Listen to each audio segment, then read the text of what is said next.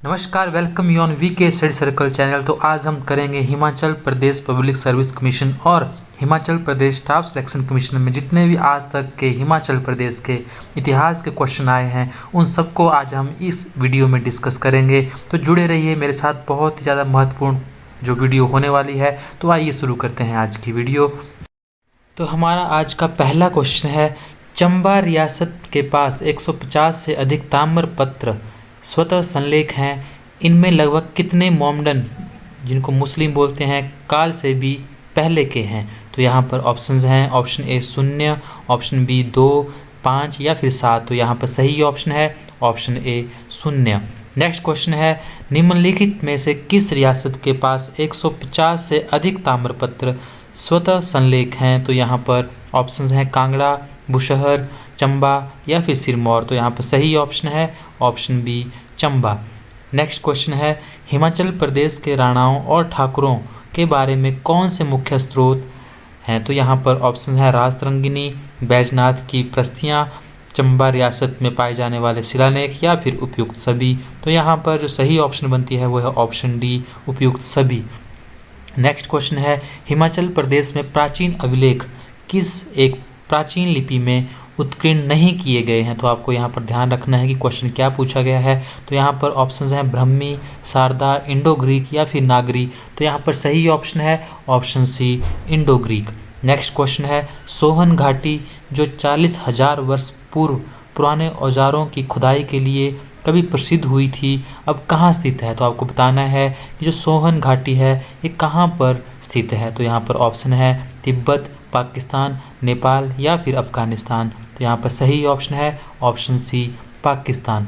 Next question है, उदंबरों शासकों के सिक्कों पर कौन सी आकृति पाई गई है? तो बहुत ज़्यादा महत्वपूर्ण क्वेश्चन है, एचएस में पूछा गया था। तो यहाँ पर ऑप्शंस हैं कमल, त्रिशूल, मोर या फिर शंख। तो यहाँ पर सही ऑप्शन है ऑप्शन बी त्रिशूल।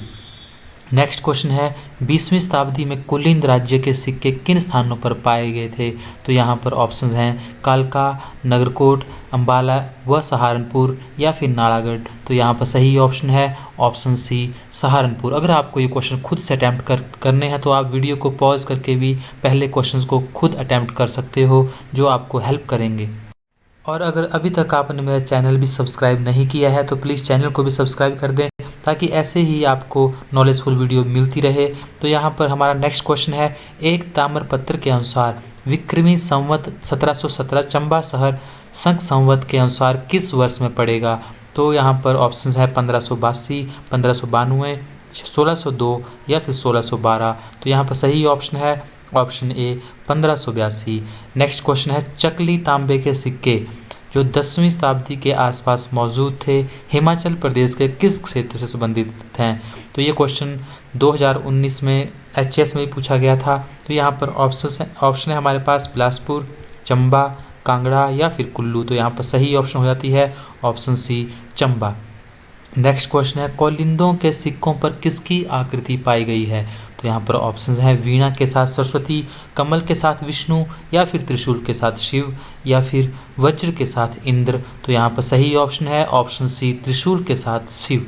नेक्स्ट क्वेश्चन है, कांगड़ा के पठियार और कनिहारा के प्राचीन चट्टानी शिलालेख किस लिपि में है? तो आपको बताना है कि जो पठियारा और कनिहारा में जो शिलालेख मिले हैं उन पे कौन सी लिपि अंकित है? तो यहाँ पर ऑप्शन है ब्रह्मी या टांकरी, खरोष्टी या टांकरी, ब्रह्मी या खरोष्टी या फिर खरोष्टी और फारसी। तो यहाँ पर सही ऑप्शन है ऑप्शन सी ब्रह्मी और खरोष्टी। नेक्स्ट क्वेश्चन है, सांभर राजा जो आर्य राजा देवोदास के विरुद्ध लड़ा था किस प्राचीन जनजाति से संबंध रखता था? तो आपको यहाँ पर बताना है जो सांभर राजा था वो कौन सी जनजाति से संबंध रखता था। तो यहाँ पर ऑप्शंस हैं किन्नर, खस, किरात या फिर दास। तो यहाँ पर सही ऑप्शन है ऑप्शन सी किरात। हमारा नेक्स्ट क्वेश्चन है, भारत के किस प्राचीन ग्रंथ में खस का वर्णन है? खस एक जनजाति है हिमाचल प्रदेश में। तो आपको यहाँ बताना है कि भारत की कौन सा वो प्राचीन ग्रंथ है जिसमें खस का वर्णन किया गया है। तो यहाँ पर ऑप्शन है भागवत पुराण, वायु पुराण, बृहद संहिता या फिर उपरोक्त सभी। तो यहाँ पर सही ऑप्शन है ऑप्शन डी उपरोक्त सभी। नेक्स्ट क्वेश्चन है, उदंबर किस साधु के साथ अपना संबंध जोड़ते हैं। तो आपको बताना है कि जो अदम्बर थे वो कौन से साधु के साथ अपना संबंध रखते थे। तो यहाँ पर ऑप्शन है वशिष्ठ, भृगु, विश्वामित्र या फिर पराशर। तो यहाँ पर सही ऑप्शन है option C Vishwamitra. Next question है पूर्व वैदिक काल में शिवालिक घाटियों के निवासी कौन थे। तो यहाँ पर ऑप्शन है किन्नर, आर्य या फिर नागा जाति या फिर दस्यु। तो यहाँ पर सही ऑप्शन है ऑप्शन डी दस्यु। नेक्स्ट क्वेश्चन है किस पुराण के अनुसार जो व्यक्ति हिमालय के बारे में सोचता है बिना उसे देखे वह काशी में की गई पूजा से बड़ा फल प्राप्त करता है। तो यहाँ पर ऑप्शन है शिव पुराण, स्कंद पुराण, वायु पुराण या फिर गरुड़ पुराण। तो यहाँ पर सही ऑप्शन है option B Skanda Purana. Next question है आर्यों के राजा दिवोदास के साथ हुए युद्ध में सांबर का सहायक कौन था। तो आपको बताना है कि जब सांबर और दिवोदास की लड़ाई हुई थी तो उस टाइम सांबर का साथ देने वाला कौन था। तो यहाँ पर ऑप्शन है वर्ची, सुदास, अर्जुन या फिर प्रद्युम्न। तो यहाँ पर सही ऑप्शन है ऑप्शन ए वर्ची। नेक्स्ट क्वेश्चन है आर्य हिमाचल प्रदेश में किस नाम से जाने जाते हैं। तो ऑप्शन हैं भोट, कोली, राठी या फिर कुलिंद। तो यहाँ पर सही ऑप्शन है option D Kulinda. Next question है किस धर्म ग्रंथ के अनुसार कोल, किरात, यक्ष और नाग जैसी अनार्य जनजातियां हिमाचल प्रदेश में आर्यों से पहले बसी हुई थी। तो आपको बताना है कि कौन सा धर्म ग्रंथ है जिसमें बताया गया कि कोल, किरात, यक्ष और नाग पहले से यहाँ पर बसती थी। तो यहाँ पर ऑप्शन है महाभारत में, ऋग्वेद में, मनुस्मृति में या फिर योग वशिष्ठ में। तो यहाँ पर सही ऑप्शन है ऑप्शन बी ऋग्वेद में। नेक्स्ट क्वेश्चन है प्राचीन आर्य नरेश दिवोदास और सांबर के मध्य 40 वर्षों तक चलने वाले युद्ध में किसकी हार हुई। तो आपको यहाँ बताना है कि जब आर्य नरेश दिवोदास और सांबर के बीच में जो 40 वर्ष तक युद्ध चलता गया तो उसमें किसकी हार हुई थी। तो उसमें हुई थी सांबर की हार और सांबर बिलोंग करते थे किरात जनजाति से। तो इसका सही आंसर होगा ऑप्शन सी। किरात राजा व आर्य राजा के बीच 40 वर्षों तक चले युद्ध का वर्णन किस धर्म ग्रंथ में मिलता है। तो आपको अब ये बताना है कि जब किरात का राजा और आर्य राजा दिवोदास के बीच में 40 वर्ष तक युद्ध चला तो उसके बारे में कौन से धर्म ग्रंथ में लिखा है, कहाँ से हमें पता लगता है कि इनके बीच ये युद्ध हुआ था। तो ऑप्शन है कठोपनिषद, ऋग्वेद, अर्थवेद या फिर हितोपनिषद। तो यहाँ पर सही ऑप्शन है option B Rigveda. Next question है पांडवों ने 12 वर्ष का वनवास किस क्षेत्र में बिताया था। तो आपको बताना है यहाँ पर कि पांडवों ने 12 वर्ष का वनवास कौन से क्षेत्र में यहाँ पर बिताया था। तो ऑप्शन हैं बिलासपुर में, सिरमौर में, महासू में या फिर काजा में। तो यहाँ पर सही ऑप्शन है option C Mahasu. Next question है हिमाचल प्रदेश की दूसरी सबसे पुरानी पहाड़ी रियासत कौन सी थी। तो यहाँ पर ऑप्शंस हैं त्रिगर्त, भरमौर, कुटलेहर या फिर कुल्लू। तो यहाँ पर सही ऑप्शन है ऑप्शन डी कुल्लू। आप मुझे कमेंट सेक्शन में बताओगे कि पहली सबसे पुरानी पहाड़ी रियासत हिमाचल प्रदेश की कौन थी, क्योंकि कुल्लू यहाँ पर दूसरी सबसे पुरानी पहाड़ी रियासत थी। तो नेक्स्ट क्वेश्चन है कुलीन स्थायी रूप से कहाँ के निवासी थे। तो आपको बताना है कि यहाँ पर कि कुलीन स्थायी रूप से कहाँ निवास करते थे। तो यहाँ पर ऑप्शंस हैं कांगड़ा, कुल्लू, किन्नौर या फिर शिमला और सिरमौर। तो यहाँ पर सही ऑप्शन है ऑप्शन डी शिमला और सिरमौर। नेक्स्ट क्वेश्चन है हिमाचल प्रदेश में बसने वाली दूसरी जाति कौन सी थी। तो यहाँ पर ऑप्शन हैं किरात, आर्य, मंगोल या फिर खासा। तो यहाँ पर सही ऑप्शन है ऑप्शन ए किरात। नेक्स्ट क्वेश्चन है ऋग्वेद में वर्णित दिवोदास और सांभर के बीच युद्ध कितने वर्ष तक चला। तो यहाँ पर अगर आपने पिछले कुछ क्वेश्चन अच्छे से अटैम्प्ट किए हैं तो आपको आइडिया हो गया होगा कि सांभर और दिवोदास के बीच में युद्ध कितने वर्ष तक चला था। तो इसकी सही ऑप्शन है ऑप्शन सी 40 ईयर्स। तो नेक्स्ट क्वेश्चन है आर्य राजा दिवोदास का मुख्य सलाहकार कौन था। तो यहाँ पर ऑप्शन है ऋषि भारद्वाज, पाणिनि, कपिल मुनि या फिर मैगस्थनीज। तो यहाँ पर सही ऑप्शन है option A Rishi Bharadwaj. Next question है महाभारत के युद्ध में कौरव पक्ष की ओर से लड़ने वाले राजा सुशर्मा हिमाचल प्रदेश के एक महत्वपूर्ण राजवंश का संस्थापक माना जाता है। यह राजवंश किस नाम से अभिज्ञात है। तो यहाँ पर ऑप्शंस हैं कटोच, पठानिया, बनकोटिया या फिर कठवाल। तो यहाँ पर सही ऑप्शन है ऑप्शन ए कटोच।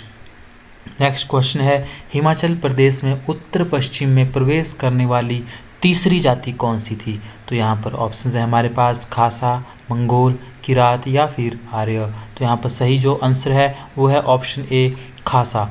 नेक्स्ट क्वेश्चन है हिमाचल प्रदेश के प्राचीनतम निवासी कौन थे? तो यहाँ पर ऑप्शन हैं कोल, आर्य, गद्दी या फिर खासा। तो यहाँ पर सही ऑप्शन है option A Kol. Next question है प्रसिद्ध भाषा विज्ञानी ग्रियर्सन के अनुसार हिमालयन भूभाग के प्रथम परिचित इंडो आर्यंस कौन से थे? तो यहाँ पर ऑप्शंस हैं खस, दास, नागा या फिर किरात। तो यहाँ पर सही ऑप्शन है ऑप्शन ए खस। हमारा नेक्स्ट क्वेश्चन है महाभारत के युद्ध में कांगड़ा के किस कटोच वंशीय राजा ने कौरवों की ओर से युद्ध में भाग लिया था? तो यहाँ पर ऑप्शंस हैं जगत चंद्र, गणेश चंद्र, सुचेंदु या फिर सुशर्मा चंद्र। तो यहाँ पर सही ऑप्शन है ऑप्शन डी सुशर्मा चंद्र। नेक्स्ट क्वेश्चन है प्रदेश के अनार्य राजा सांभर का किस राजा के से कई बार युद्ध हुआ? तो यहाँ पर आप ऑप्शन इसकी समझ गए कि इसका एग्जैक्ट आंसर क्या है। तो इसका जो सही आंसर है वो है option B Divodas. Next question है निम्नलिखित में से कौन सी प्राचीन जनजाति अतः हिमालयन तराइन गंगा से चंद्रभागा तक गुप्त काल तक बसी हुई मानी जाती है? तो यहाँ पर ऑप्शन हैं दासा, किरात, किन्नर या फिर नाग। तो यहाँ पर सही ऑप्शन है ऑप्शन बी किन्नर। नेक्स्ट क्वेश्चन है बौद्ध विद्वान चंद्रगोमी ने किस सदी के आसपास औदुंबरों के बारे में लिखा था? तो यहाँ पर ऑप्शन है दूसरी सदी, तीसरी सदी, पाँचवीं सदी या फिर सातवीं सदी। तो यहाँ पर सही ऑप्शन है ऑप्शन सी पाँचवीं सदी।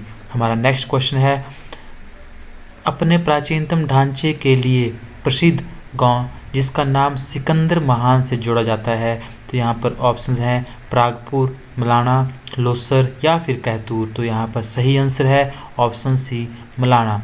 नेक्स्ट क्वेश्चन है अपनी भारत विजय के बीच में व्यास नदी से आगे न बढ़ने के सिकंदर के निर्णय का मुख्य कारण क्या था? तो यहाँ पर ऑप्शन है व्यास तथा अन्य नदियों में आई बाढ़ या फिर भारतीय शासकों द्वारा इकट्ठी की गई बड़ी सेना का डर या फिर अपने सरदारों का विद्रोह या फिर अपने भविष्यवक्ताओं की सलाह। तो यहाँ पर इसका सही आंसर है ऑप्शन सी और डी, ये दोनों ही इसके सही आंसर होंगे। नेक्स्ट क्वेश्चन है टॉन्स और यमुना नदी के समीप स्थित कलसी में कितने पत्थर पर लिखित राजघोषणा का निर्माण करवाया था? आपने को यहाँ पर बताना है जो टॉन्स और यमुना नदी के समीप जो कलसी में जो पत्थर हैं वो किसने उन पर राजघोषणा का निर्माण करवाया था? तो यहाँ पर ऑप्शन है चंद्रगुप्त, बुद्ध, कनिष्क या फिर अशोक। तो यहाँ पर सही आंसर है ऑप्शन डी अशोक।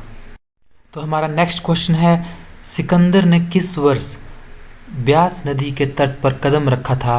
तो यहाँ पर ऑप्शंस हैं 326 BC, 550 AD, 321 AD या फिर 50 BC। तो यहाँ पर सही आंसर है ऑप्शन ए 326 BC। नेक्स्ट क्वेश्चन है हैंसोंग ने भारत की यात्रा किस वर्ष की? तो यहाँ पर ऑप्शन है 629 BC, 222 BC, 629 AD या फिर 922 AD। तो यहाँ पर सही ऑप्शन है option C 629 AD। Next question है सन 480 से 490 में गुप्त साम्राज्य के विघटन के पश्चात निम्नलिखित में से किसने अपने को एक शक्तिशाली शासक के रूप में स्थापित किया था? तो यहाँ पर ऑप्शंस हैं मिहिरकुल, तोरमान, यशवर्धन या फिर हर्ष। तो यहाँ पर सही जो आंसर है वह है ऑप्शन बी तोरमान ने। नेक्स्ट क्वेश्चन है अशोक द्वारा हिमाचल प्रदेश की पोंटा घाटी में निर्मित एक स्तूप को एक मुसलमान शासक ने दिल्ली में कहाँ स्थानांतरित किया? तो यहाँ पर ऑप्शन है चांदनी चौक में, फिरोसा कोटला में, पहाड़गंज में या फिर शहादरा में। तो इसका सही आंसर है ऑप्शन सी फिरोसा कोटला में। नेक्स्ट क्वेश्चन है तोरमान कौन था? 5वीं शताब्दी का एक हूण आक्रमणकारी व शासक या फिर गुप्त वंश का एक इतिहासकार या फिर सिकंदर के सेना का एक सरदार या फिर चीन में बौद्ध धर्म का प्रचारक एक भिक्षु? तो इसका सही आंसर है ऑप्शन ए 5वीं शताब्दी का एक हूण आक्रमणकारी व शासक तोरमन था। नेक्स्ट क्वेश्चन है अपने वर्णन में किसने त्रिगर्त को पूर्व से पश्चिम 667 मील लंबा और उत्तर से दक्षिण 213 मील चौड़ा राज्य बताया? तो यहाँ पर ऑप्शन है पाणिनि, हेनसांग, कलहन या फिर टॉलमी। तो इसका सही आंसर है ऑप्शन सी हेनसांग। यहाँ पर मैं इस वीडियो को ख़त्म करता हूँ और नेक्स्ट जो क्वेश्चन है वो दूसरी वीडियो में लेके आऊँगा, क्योंकि ऐसे वीडियो बहुत ज़्यादा लंबी हो जाएगी। तो जुड़े रहिए मेरे साथ, और अभी तक अगर आपने मेरा चैनल सब्सक्राइब नहीं किया है तो please subscribe, like, share and comment and press the bell icon for more notification. Thank you.